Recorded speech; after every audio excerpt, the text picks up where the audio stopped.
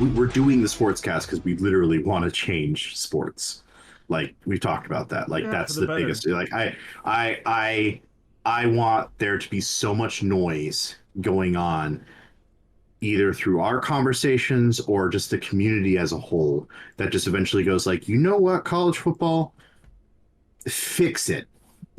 just just Fix fix it. it. Fix the problem. Fix it Fix now. all of the problems. So and let's not just talk about fixing it and try to appease people. I'm done with the appeasement. Let's fix the problems. Let's, because it's not impossible. It's not hard. It's not hard to do that. It's not hard to do that. And I know it's like when it comes from a small content creator like us, it's like, well, what are the problems? And it's just like, you know what the problems are. You know that it's there's a bunch of inequality. You know that there's a massive amounts of rigging the system to benefiting the 10 schools that you want to benefit. Like, you know the problem. You know it. You know it. We don't have to hide it. We don't have to pretend like there's this ambiance in the room. Let's fix the problem. Let's Well, I just mean, it's very evident in the decision making of the schools too, and it's not even just like you know, the top ranked team versus the 133rd ranked team in the NCAA, and how much of a difference between those two schools there is. It's also mm, a lot of it has to do with just you know, this the stuff we talked about last time, which was conference realignment and the fact that it doesn't take into account what other sports want, because other sports, yeah. well, you know, they can stay and try to make the conference still happen that they're in, but if, like the Pac-12, um, they can't really do that because football's a huge revenue, and they kind of have to follow what they do, unless unless they're basketball. Basketball can kind of go on their own, but that's about the only sport Yeah. that can. I was just listening to a lot of people that are talking about the whole college football thing and all these transitions. And there was someone who was talking to, I'm sorry because I don't know who you are, but I'm going to steal what you said. So whoever you are, you can call it out. I appreciate it. But like, they're talking about like, and this is probably not this guy who just came up with this, but I'm just saying like, this isn't my idea. I'm just saying this isn't my idea. I heard it and it was a great idea. So the great idea is, hey, how about every sport just have their own contracts with their conferences? Because we kind of do that anyways, and we kind of pretend like it's not a thing that we do, but it is. Like Notre Dame's independent in college football, but they're ACC in basketball. Why do we have to be so subservient to being like, oh, I'm SEC, so I have to be SEC in everything I do? It's like, no, you can. There are some benefits for you not being part of the conference that you are in, say, like college football and stuff. Like, it was like, what my biggest gripe is with all these conferences doing what they're doing is you're doing the exact opposite of what you're plighting to do. Like your plight is like, I want to make sure that we have the toughest competitions and that then we have the funnest games every season, so people tune in and watch the best games. But you're ruining that by removing rivalries and traditions of rivalries in a certain way that doesn't benefit anybody that actually enjoys the sport. You're just doing it because, like, oh, I just want Oregon to face Michigan every year. It's like, okay, cool, but that's not a game that anyone's really that excited about. Like, I mean, sure, it's fun to watch, and sure, it's two really strong programs that it would be great to see them compete against each other. But why every year? Why is that like why is that the team? Why is that the matchup that everyone was dying for, like clamoring for? It's like, mm, I don't know. Like, It's also a it, byproduct of the money deciding where everybody went to. yeah. People who actually the teams and the they wanted to go to the conferences that were going to have really good futures and really good money coming in. So they Hmm. naturally just went to the SEC or the Big Ten, and the Big 12 kind of uh, it's not as good of a deal, but they still get a get better deal than the Pac 12 was ever going to get. Yeah, Like it and isn't it's that just last contract battle, and then the ACC is having now all these different fights about wanting to get out of their contract because it's till 2036. It's like you're not being fair to us, even though they agreed to the contract several years ago. It's just like you signed a well contract, now well understanding all these yeah. things. It's like why would you sign it if you didn't want to do this in the first place? Well, because now all of a sudden we decided that this is all like this is what drives me nuts about these last few years watching college football. So you can see the writing on the wall. All of a sudden, every program in college football history, especially with the NIL and like everything going on with recruitment and stuff like that, now they saw the writing on the wall, going like, "Oh wait, this is not a good deal at all." And the reason why is because, and I'm not trying to crap on the NIL because I actually do support what the big gist of the NIL is, but it's kind of like a pendulum swing where it was like it started off with this is really bad to now it's really bad, but it's really bad on the other end. Like, can we find our equilibrium? Can we find that balance? And like go off of like what where it should be, like right in the center of like, Yeah. hey, give college students the rights, give college students the ability to go to the best programs that benefit them and do the right things, but also not let them just basically on the program that they were just part of because they want the best deal. Like that's not what we were trying to do with the NIL. We were trying to give players opportunity, but now we gave them nothing but opportunity, and it's just destroying college football. And it's just like, Hey, let's go back to that equilibrium. Let's find that center point that works. all right, everybody, we have an important announcement today, and Zecki over here is going to give you a little more detail on that. Yeah, so we have a really good friend of ours. We'll put plugs and shout outs to this person up on the screen. Okay. Uh, this person helped us out creating our new logo. I created a really fun logo that, was like kind of nice, but didn't really spend a lot of time on it. But now we have a nice new logo. But be careful, it's a little shy. So why don't you come out? Come on. Come on. Oh, no, no, no. It's okay. It's okay. Come on. Come on out. You can do it. Oh, I think I see him. Oh, oh, oh, oh, oh. There he is. Yeah, that's our new logo. Damn, he looks Yeah. awesome. Yeah, it's a That's really, really cool logo. I really appreciate what it is. Really think the person Carissa who came up with this, she does a lot of great work. We've used her in the past. We are using her for another upcoming game that we are trying to make ourselves. So we'll talk about that later. But yes, thank you very much, Carissa. Thank you, people who are interested. Really cool. I Like, know for sure this off season they are discussing rules for NIL because mhm. obviously they need to react to it because having them move 3 or 4 times throughout their career is ridiculous, or having the option to do so is ridiculous. There's no, It's so you ridiculous. there's no, it's hard to develop good relationships that teach you all these lessons that we always have for sports in general, and it Yeah. also doesn't develop like it doesn't develop their work ethic and anything because it's like, well, if I don't do well here, I'm just gonna go somewhere else.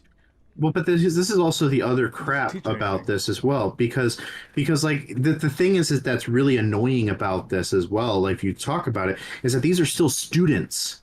We're talking about students, and like, and trust me, I get it. You should go to the university that's going to benefit you the best, and it's okay that you transfer. I'm not against any of the transferring. Is not the issue.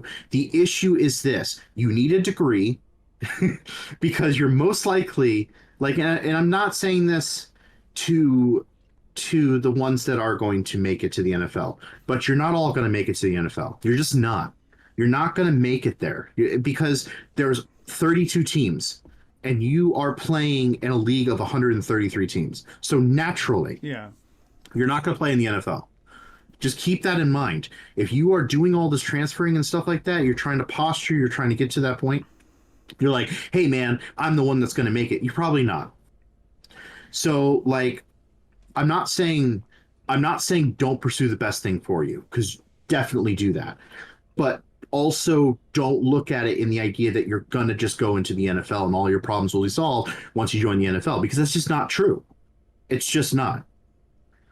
Like, And what we're saying is we really want people to have the ability to transfer once maybe twice if they're, and I think that if it's more than once throughout your college career, it should be like a, up to a committee kind of thing. Like you put in an application for it saying, hey, I had these things happen, these life changes happen, like a hardship clause or whatever you call it.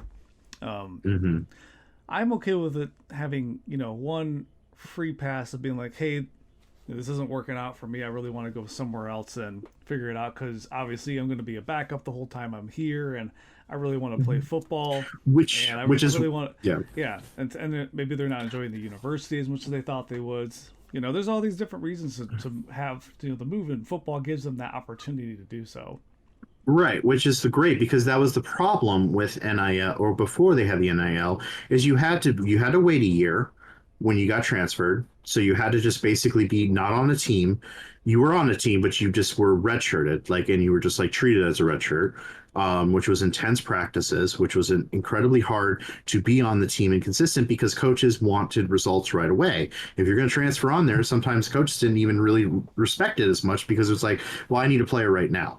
And so that was a problem. So sometimes you would get benched when you joined to the transfer, because it was just like, well, you were really good a year ago, but you've kind of just been in this paradox of not being able to play. So the NIL fixed that problem. That's great. That's what we wanted the NIL to do. It fixes that problem. Great. So you can immediately play, you can immediately start, and that's fantastic. It was also designed, I think, more in line with being paid for the likeness, which was that's the biggest thing. It's being paid for your likeness, which was something I am 100% for, which is why I was like, hey, we're good now. You can go do commercials for university. You can go get paid at a brand deal if you want to. I know that Jared Verse from Florida State got a Gatorade brand because it was on commercial, and I was like, oh, that's cool. That's Jared Verse. That's a nice deal, because I watched games and I was like, oh yeah, that's cool. I like that they're doing it. So yeah, you get paid while you're in college, because that's the most, minor tangent here, but being a college student, basically being told by the universities that, hey, you got to work, but you also aren't allowed to work when you're at school, because you got to take your school seriously. There are certain programs that I wasn't able to do, actual getting paid to do. My wife had that same problem. It's you're allowed to take an internship, but you don't get paid for it. It's well, we need money. It's college is expensive. That's ridiculous. So again, college students, I have to have food and shelter and stuff like that. So yeah, I'm supportive of athletes getting paid for the services that they provide, which is doing a commercial, taking the likeness, putting your face on a placard, smattered all over the university or outside the university. It's hey, join and support our guys, Keon Coleman, Jared First, Jordan Travis, all Florida State guys. Yeah, go out and watch them. They get paid for that now. That's good. That's the good thing. That's what I wanted to see. I didn't want you to become pampered assholes. That's what we're kind of getting with the NIL now. It's well, if I can't play the way I want to play, I'm going to leave. It's I don't want that. I don't want the I don't want the pendulum swing. I just said it. I can't say it now. Pendulum. The pendulum swing. I don't want it to go the other way, because then it becomes a problem again. I just get that. Just find the equilibrium. Find the equilibrium of the NIL, and I think the problems will go swimmingly when it comes to that. What would have been great is if the NCAA had a plan in place when they made this. Well, they were okay, we're gonna allow this now. Have fun. It's yeah. What do you mean have fun? If you don't give people guidelines for giving other people money in college football, the boosters who have billions of dollars, just be here you go. Right. Give them all the money. Give them all the money. Give them everything. Yeah. You want a car? You want a cheeseburger off the clock? Here you go. I might be referring to something specific, but I won't talk about that. You want that nice Ferrari, as you know, the university donated the Ferrari. Well, guess what? Oh yeah, it can be legitimately got a Lamborghini, I think. Or yeah, something it was Lamborghini. It was a Lamborghini, because that was the comment I was making. Yeah. That story. I think it was Georgia. Maybe I don't remember what school it was. It was almost like a press conference thing where we're showing them get into the car and like taking pictures of him. Like, this feels like something that should be in the NFL. What the hell's happening right now? Yeah. It's so that's what like see like that's the stuff I'm talking about. Like I don't want you to become pampered. I don't want to create that atmosphere where you can just buy the best players, because all that's going to do is it's going to create that elitist status, and it's going to create teams like Alabama, Texas A&M, Georgia, Clemson, Florida State, Florida. They're going to be the only teams that can be able to do that kind of stuff. Or Miami, they're going to be the only teams that can pull that away, because now they can pay everybody whatever they want, and they're going to get all their players. That's not what this was for. We wanted this to be competitive. We wanted this to be the opening for not just the players, but also beneficial to the universities. We wanted the universities to have opportunity.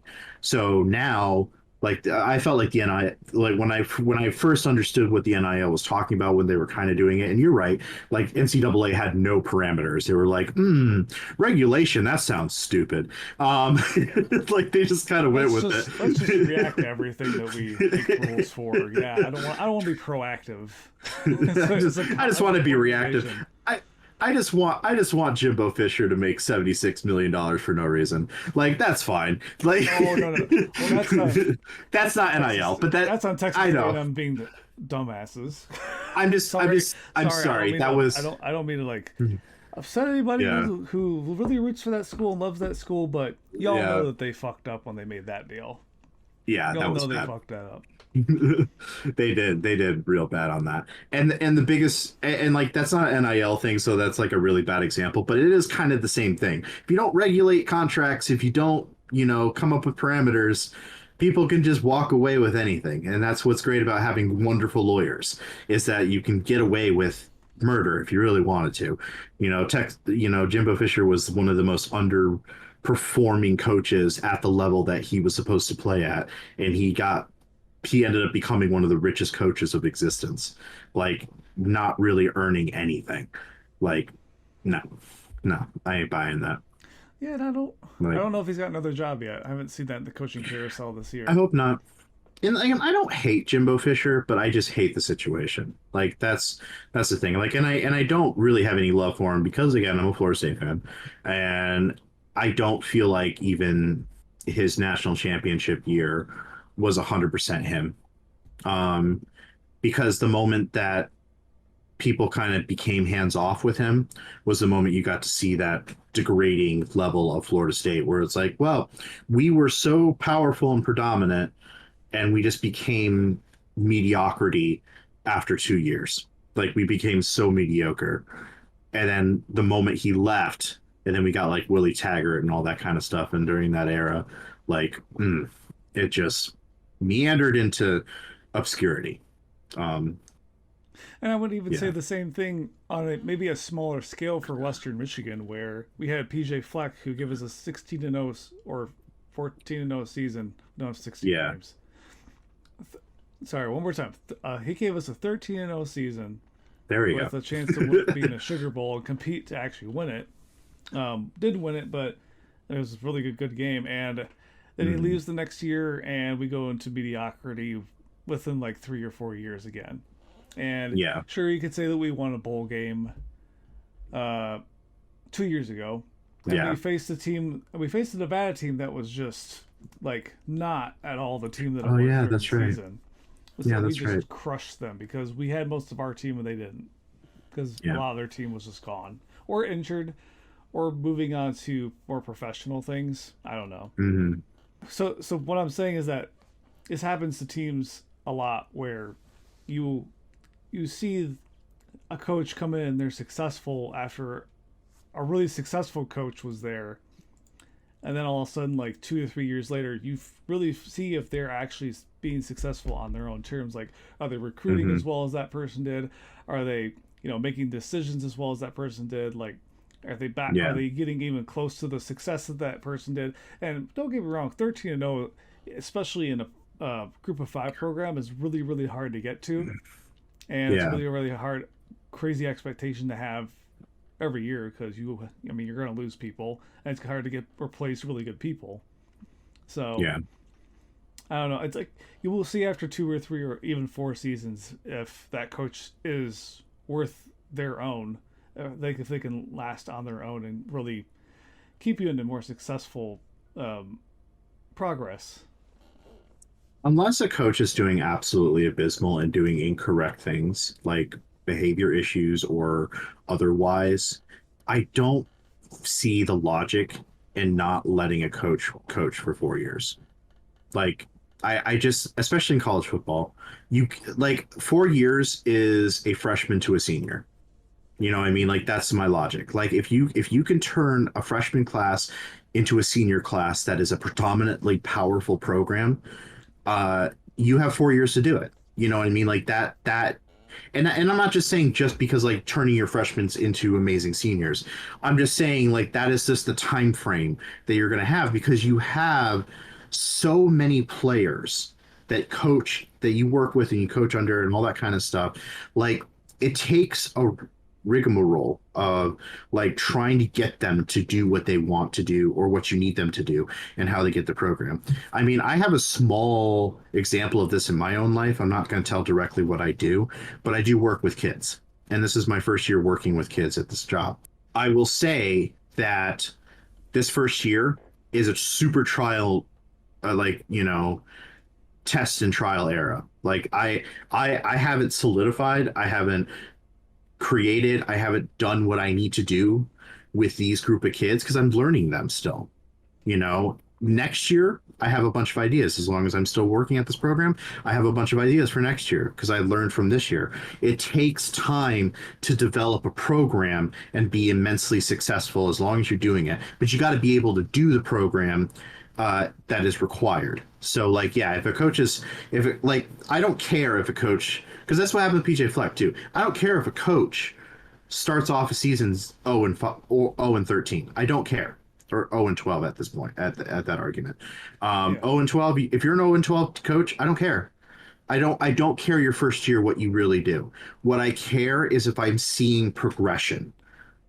Coach Taylor at Western right now, this was his first year. He did okay. Like he did all right. Like I'm not going to judge him based off of 1 year of coaching. I'm going to judge him based off of his second and third year. And by his fourth year, if he can't figure out something that's a winning program, then I'm done with you. Then I Yeah. become done with you. But you have 2 or 3 seasons to turn something around to where I'm like, yeah, I get it. But the other thing though too is you have to put it in perspective. I also need to see growth from the first to second year too. I can't keep if you're going to do the same stuff from the first season to the second season. I'm not a fan of that either. I do need to see consistent growth, and I get that vibe as well. But that's the thing. Like that's the progression. The fact that we fire coaches because we have one bad game, well, sometimes not even a bad season, one bad game. Like that's such a frustrating thing because these players and coaches are immensely important to develop chemistry. And if you can't have a chemistry because you're firing your coaches every 2 years, then that's your problem, bro. Like Yeah. that's a you problem. That's a university problem. It's You should administration. not be doing that. That's an administration problem. Like Exactly. you have to let programs develop and grow. And especially if you're talking at the college level, 4 years. 4 years should be the ideal. Like none of this 1 year contract stuff. Like if you're going to hire a coach, make sure you are going to commit to a 4 year program. And of course, there is cut. I'm not saying necessarily make a 4 year contract. I'm just saying commit mentally that you're going to give them the opportunity to grow as long as they're doing what they're supposed to do. And that's that's not what I'm seeing. I'm seeing a lot of just like, oh, the stress level.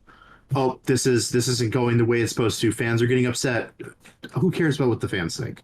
As long as the program is on board and it's being solidified, work with the program. Do what you got to do. I wasn't all about rowing the boat until PJ Fleck made me like row the boat. And then he went on and moved it to Minnesota, which is fine. But like, I was on board with it because it worked. I'm not a huge fan of right now at Western Michigan. We're talking about eating. We gonna eat. Like I'm not a fan. I'm not a fan yet. You got to get me convinced. You got to get me there. Yeah. But I think you can. I think this guy can. But I'm withholding my judgment until I know. Until I know. I will say that we've gone from 100 and somethingth recruiting class to 73rd or Hmm. 74th in 1 year, which if you're at the top of the league in the group of five, you're like, that's 73rd. That's pretty terrible. It's not when you've been a below average program in the group of five. Yeah. It's actually pretty Well, damn good. well, here's the other thing too. Growth is good regardless. So if you were in the hundreds and you went down to 75 or within the top 75, then dude, that's growth. That's what we're talking about. That's a lot of growth. Yeah. It's a lot of growth. So you're going to see a lot of improved players. I mean, to be honest, and Western athletes, I love you, I respect you, but y'all were kind of cruddy this year. Like, and I'm not trying to say that and like you guys suck. Like, because you didn't suck, but you guys were slower than most of your opponents. You guys were not able to keep up with defensive programs and all that kind of stuff. You had no consistency on offense. Like, you had a lot of fundamental and um, athletic ability issues. And as a coach, those are things you can overcome with training and dedication. But one of the biggest things you have to overcome is sometimes you have to replace players. And that does come with recruiting. That comes with the level of understanding of who is the best man for the best job. And so like just like the head coach, you need to have the right guy at the right job and making sure that he's consistent. He's got to know who the right people are as his own coach, because that's the other thing too. A lot of people don't realize, or maybe they don't realize. I'm not going to make assumptions, but a lot of people may not realize. But when you hire a head coach, that head coach is going to hire a team of coaches, and then Yeah. he's going to make sure that he puts everyone in the right spot. So it's not just hiring a head coach and being done with it. It is, hey, I need a running back coach. I need a wide receiver coach. I need a defensive end coach. I need a, offensive line coach. A whole bunch of things. So he needs to put the right guys in place to make sure that things happen. And so that is what everyone's doing as a head coach position, and that's what everyone's doing at the player level too. Hey, my first string guy, like, the running back coach, he's gonna talk to the head coach and be like, hey, look, Leonard is better than Roscoe. I think you should put Leonard in instead of Roscoe. I know that Roscoe may be like a 4-star recruit and that he came in and really, really good, but this 2-star actually is outplaying him and practices and outdoing us stuff. So you have to have moments like that where it's like, oh wow, that's a big step. That's a big logic. That's a step of logic that comes into place. So Yeah. it's a weird lesson that I'm giving right now, but that's the gist of what goes on into a program. So yeah, incremental growth is incredibly important. I don't care if you're ranked 130th. If you have a really good head coach, a 130th, a team that's ranked 130 could end up being in the top 50. It could happen, and the reason why it can happen is because of that growth, that mindset, that encouragement, that putting the people in the right positions and making sure that the plays are being called right, and that they're understanding their opponents. They realize who their opponents are and how to fight against them. That's why teams like Appalachian State can beat Alabama and Michigan and whoever they upsetted recently. I mean? Like Appalachian State is the upset king of college football. They just upset teams when they shouldn't. And the reason why is because they put people in place that you can beat any team. You can. Any given day. I don't care if Alabama's the best team in the nation. They almost lost to South Florida this year. Like, it doesn't matter who it is, as long as you understand that there's that you have to do your job. Anyone can beat anybody on any given day. So that's the maybe weird pep talk. That's the mindset that I hope to encourage. Um, awesome recruiting from Western Michigan. We're going to talk about Western Michigan a lot. And speaking of that, you're talking about coaches and like progressing. We actually hired a new offensive coordinator this year named Mm-hmm. Walt Bell. Comes from a lot of Power 5 programs, like coaching there and stuff like that. So there's a lot of experience because you even mentioned like the offense didn't look very good last year. It was very inconsistent. Well, that's what happens. So That's also what happens when you shuffle 4 quarterbacks in a season. Super inconsistent. Like we threw 4 quarterbacks into the game and just be like, you do it this time. Oh, this isn't working out. You go in. You figure it out. Like we were so inconsistent.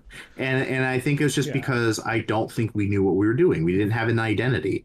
We have to develop an identity, and we have to develop a mindset.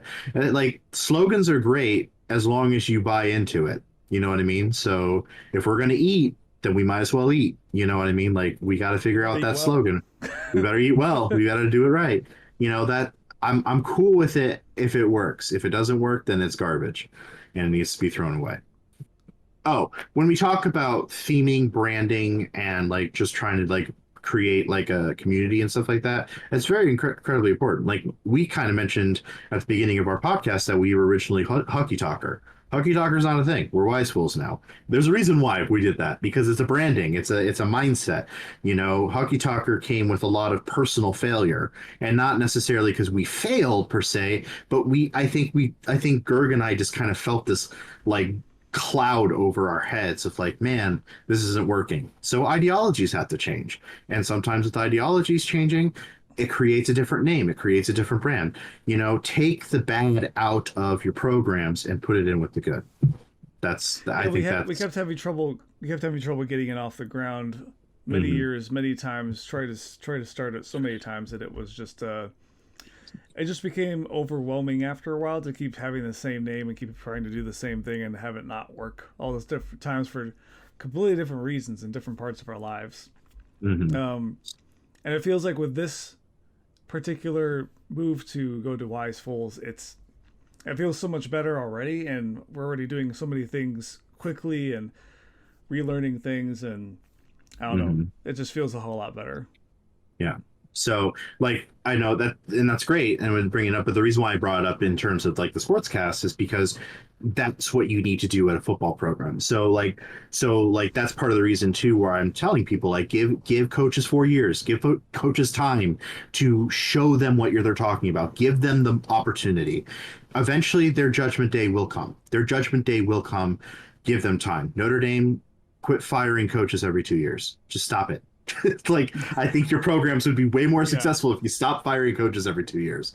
I know that Brian Kelly left you. That was part of the problem. But like, for the most part, like them getting just constantly losing coaches is a great example. I think that is struggling, or is why like Notre Dame's struggling. Is also why I think Texas A&M struggles. You did give Jimbo Fisher a little bit way more time, in my humble opinion, but at the same time, he came from a national championship. Like I understand that. So I respect Texas A&M in that facet. I would have not given him an extension when he wasn't proving himself. You know what I mean? That's where the contracting like mishap happened. Like, don't give a man a 6-year contract when he's not earned it. Like that's silly. That's a really silly idea. I would argue not to give anybody the contract that he had. Yeah, don't give anybody a Jimbo Fisher contract. If we're gonna keep him for 10 years for sure. Nothing ever goes wrong in 10 years. Nothing ever changes in 10 years. It's just like, what are you doing? You gotta keep yourself open. This is why you have short-term contracts. Then you rehire them if you like them. Yeah, exactly. Like, I'm glad that Norvell got the extension that he got, like, because he proved himself. Yeah. He's great. I like him. I went from hating Norvell to loving Norvell, and I didn't really hate him. I wouldn't say hate. I never really hated Norvell. I just wasn't like on board with his ideas until I heard him as a coach. I heard him as a developer. I heard him as a motivator, and I was like, oh, okay, never mind. This guy is actually amazing. Like I fell in love with him. So I'm glad with that. But like even Nick Saban, if he would decide, you know what, retirement's not for me, joins any team, like just any team. And it doesn't have to be Alabama. Just joins anything. Don't give him a 10-year contract. Don't do it. Don't give him hellacious amounts of money where he goes. I know he's one of the best coaches of all time, but Dude, first of all, is Nick Saban, if he does return from retirement or something like that, is he actually going to be the same coach from Alabama? Probably or probably not. You don't know. You don't know. So you don't give him a crazy 10-year contract just to keep him on your doorstep. Because first of all, contracts don't matter anyways. People leave whenever they want. Don't put yourself in a bad situation where you do have to follow the deadlines of the contract, where it's like, oh yeah, so this guy's actually terrible now. He doesn't have the heart for it anymore. He doesn't want to do what he wants to do. Let's get rid of him. Oh wait, we owe him $9,700,000 million. Like it's just some astronomical number, like Yep. like I know that's not a real number, but I'm just saying like it's Handful. crazy. It's just like this is don't do it. Just don't do it. There's smart ways to spend your money. Spend your money smart. Like just that's all I'm gonna say.